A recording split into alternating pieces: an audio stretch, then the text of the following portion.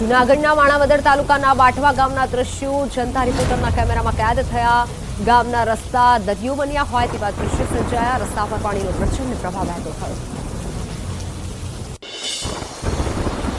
જનતા રિપોર્ટરના કેમેરામાં કેદ થયા રાજકોટના ઉપલેટા તાલુકાના ભીમોરા ગામના દ્રશ્યો। ગામમાં મેઘરાજાએ રૌદ્ર સવારી કરતા ચારેકોર જોવા મળ્યું પાણીનું સામ્રાજ્ય। રાજકોટના જામકંડોરણા તાલુકાના રાયડી ગામે જળતાંડવ। રાયડી ગામના રસ્તાઓ પર પાણીનો પ્રચંડ પ્રવાહ વહેતો હોય તેવા દ્રશ્યો। ખેતરો પણ જળમગ્ન જોવા મળ્યા। જૂનાગઢના માળિયાહાટીનામાં મુશળધાર વરસાદ। જનતા રિપોર્ટરના કેમેરામાં કુકસવાડા ગામના દ્રશ્યો કેદ થયા। સમગ્ર ગામ જાણે કે બેટમાં ફેરવાયું હોય તેવા દ્રશ્યો। જૂનાગઢના માણાવદર તાલુકાના થાનિયાળા ગામમાં પાણીનો પ્રચંડ પ્રવાહ। મંદિરમાં પાણીનો ધસમસતો પ્રવાહ જોવા મળ્યો। ગામના રસ્તાઓ પર નદીની જેમ વહેતા હોય તેવા દ્રશ્યો સર્જાયા। દ્વારકામાં સતત મેઘરાજા કરી રહ્યા છે રૌદ્ર સવારી। દ્રશ્યો કલ્યાણપુર તાલુકાના હળમતિયા ગામની નદીઓમાં પાણીનો ધસમસતો પ્રવાહ જોવા મળ્યો।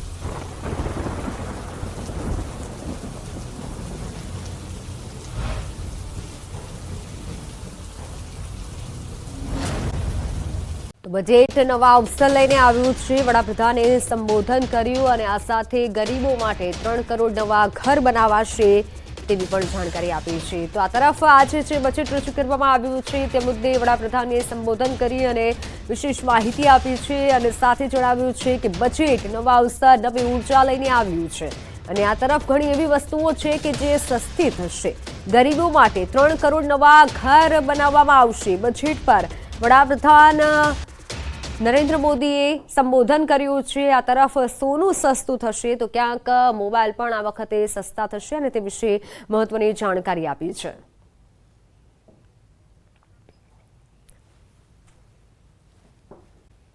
की मजबूत योजनाओं के साथ आया है। इस बजट से महिलाओं की आर्थिक भागीदारी सुनिश्चित करने में मदद मिलेगी। इस बजट से छोटे व्यापारियों, एमएसएमईज को यानी कि लघु उद्योगों का उसकी प्रगति का नया रास्ता मिलेगा।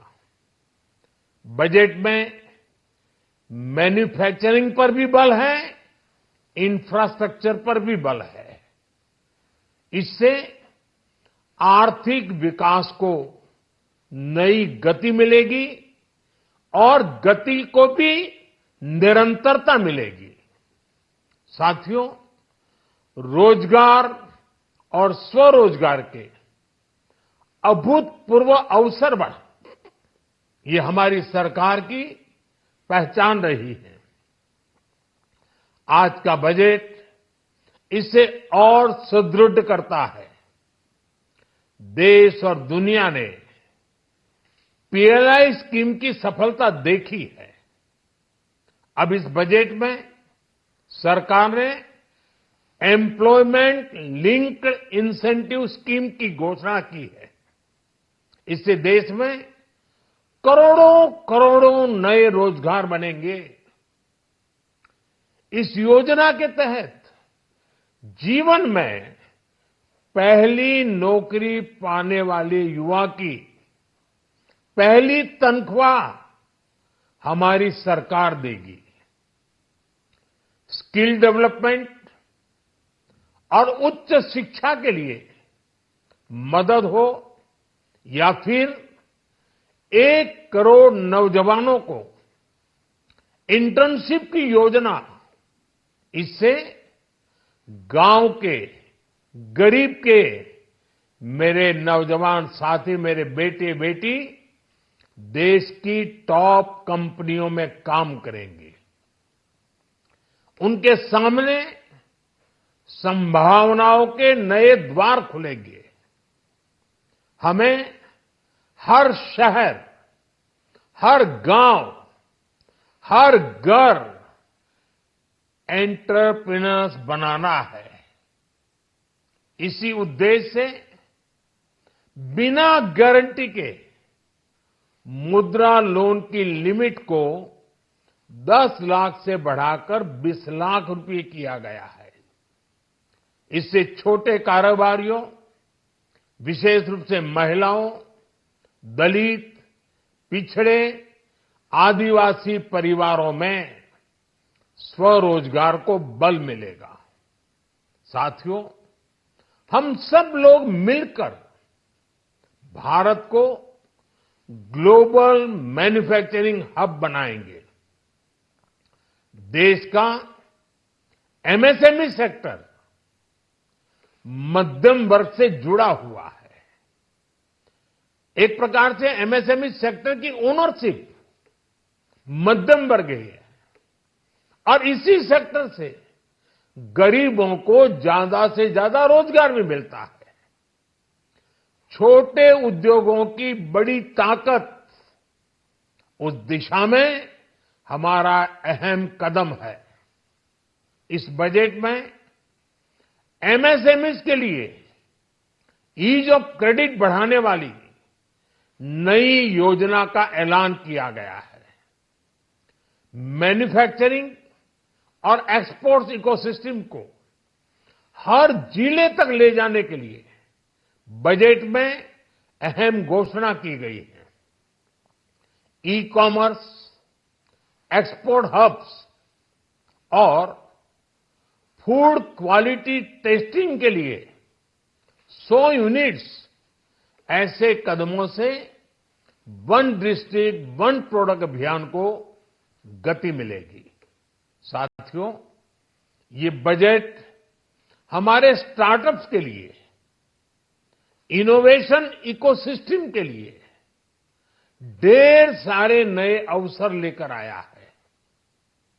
स्पेस इकोनॉमी को बढ़ावा देने के लिए 1000 करोड़ रुपए का फंड हो, एंजल टैक्स हटाने का फैसला हो, ऐसे कई सारे कदम इस बजट में उठाए गए हैं। साथियों, रिकॉर्ड हाई कैपेक्स इकोनॉमी का एक ड्राइविंग फोर्स बनेगा।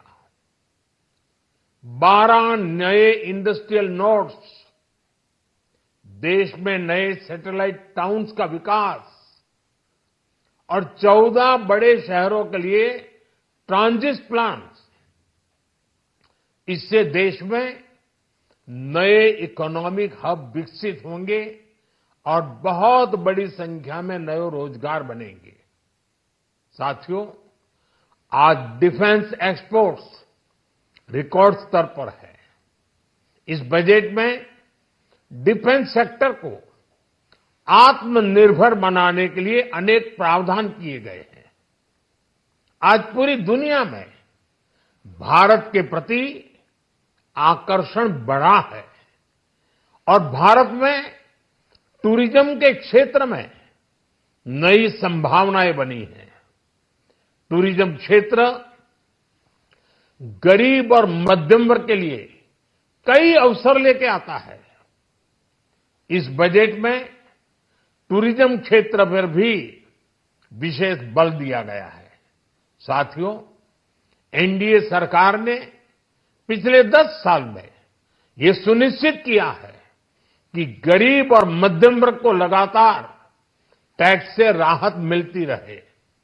इस बजट में भी इनकम टैक्स में कटौती और स्टैंडर्ड डिडक्शन में भी वृद्धि का फैसला लिया गया है। टीडीएस के नियमों को भी सरल किया गया है। इन कदमों से हर टैक्स पेयर को अतिरिक्त बचत होने वाली है।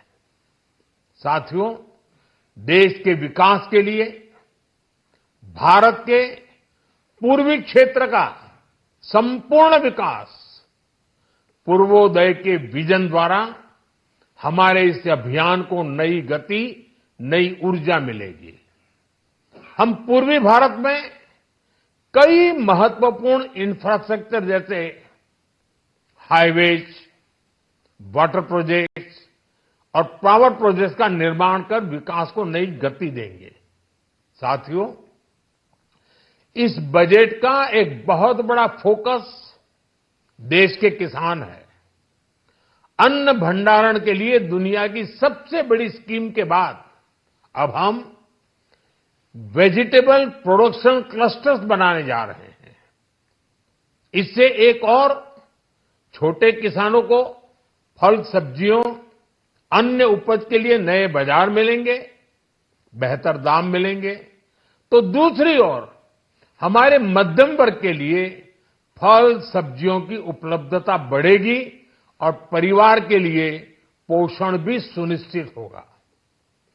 कृषि क्षेत्र में भारत का आत्मनिर्भर बनना समय की मांग है। इसलिए दलहन तिलहन की पैदावार बढ़ाने के लिए किसानों को मदद की घोषणा की गई है। साथियों, देश में गरीबी समाप्त हो, गरीब का सशक्तिकरण हो, इस दिशा में भी आज के बजट में प्रमुख घोषणाएं की गई हैं। गरीबों के लिए 3 करोड़ नए घर बनाना तय हुआ है। जनजातीय उन्नत ग्राम अभियान सैचुरेशन अप्रोच के साथ 5 करोड़ आदिवासी परिवारों को मूलभूत सुविधाओं से जोड़ा जाएगा। इसके अलावा ग्राम सड़क योजना 25,000 नए ग्रामीण क्षेत्रों को ऑल वेदर रोड से जोड़ेगी। इसका लाभ देश के सभी राज्यों के दूर दराज गांवों को मिलेगा। साथियों, आज का बजट नए अवसर, नई ऊर्जा लेकर आया है। ये ढेर सारे नए रोजगार, स्वरोजगार के अवसर लेकर आया है। ये बेटर ग्रोथ और ब्राइट फ्यूचर लेकर आया है।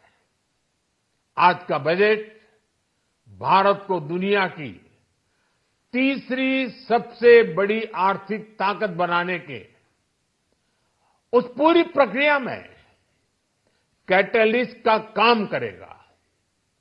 विकसित भारत की एक ठोस नींव रखेगा। सभी देशवासियों को